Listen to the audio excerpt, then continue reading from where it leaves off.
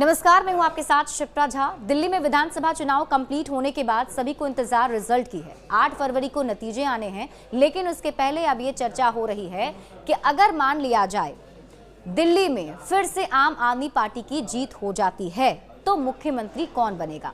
आप बोलेंगे ये कैसा सवाल है। जाहिर सी बात है कि अरविंद केजरीवाल ही कमान संभालेंगे, उन्हीं के चेहरे पर पूरा चुनाव भी लड़ा गया।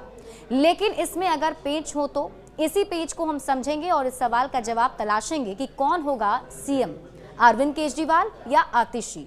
वैसे आपको बता दें कि जब आतिशी को सीएम बनाया गया था तब ये कहा गया था कि वो सिर्फ चुनाव तक के लिए ही मुख्यमंत्री बनाई गई। अब आप पहले ये समझिए कि आखिर आतिशी को मुख्यमंत्री बनाया ही क्यों गया। इसी सवाल के जवाब से सब कुछ क्लियर हो जाएगा। दरअसल अरविंद केजरीवाल पर भ्रष्टाचार का आरोप लगा। शराब घोटाला मामले में अरविंद केजरीवाल आरोपी पाए गए।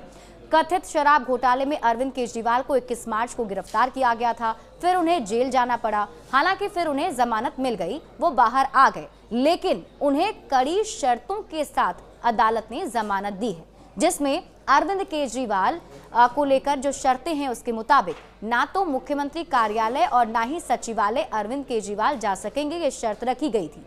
किसी भी सरकारी फाइल पर तब तक दस्तखत नहीं करेंगे जब तक ऐसा करना जरूरी ना हो।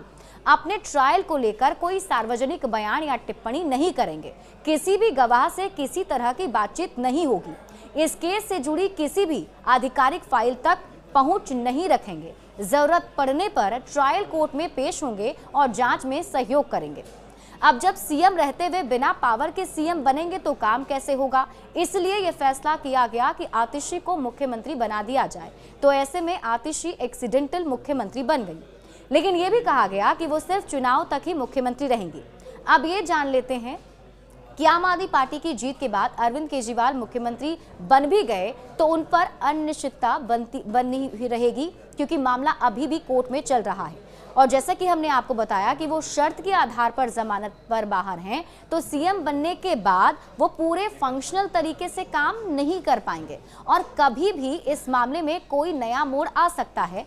फिर तब क्या होगा, ये सवाल वाजिब है और जाहिर सी बात है कि अरविंद केजरीवाल भी इस सवाल को समझ रहे होंगे। तो सवाल फिर वही उठता है कि क्या इतना बड़ा रिस्क अरविंद केजरीवाल उठाएंगे यहाँ। लेकिन ये भी नहीं भूल सकते कि अरविंद केजरीवाल इसे भुनाने की कोशिश भी कर सकते हैं। वो सीएम बनकर ये साबित कर सकते हैं कि अगर वो भ्रष्टाचारी होते तो जनता उन्हें नहीं चुनती। उन्होंने जब इस्तीफा दिया था तब भी इस बात का जिक्र उनकी तरफ से किया गया था कि वो सीएम तब तक नहीं बनेंगे जब तक दोबारा जनता का आशीर्वाद उन्हें नहीं मिलता है। वैसे लेकिन ये बात भी यहाँ जानना जरूरी है कि जो आरोप उन पर लगे हैं इसका फैसला जनता नहीं बल्कि अदालत करने वाली है। देखना होगा कि अरविंद केजरीवाल की तरफ से क्या फैसला लिया जाता है। बड़े अपडेट्स के लिए जुड़े रहिए न्यूज़ 18 बिहार झारखंड के साथ।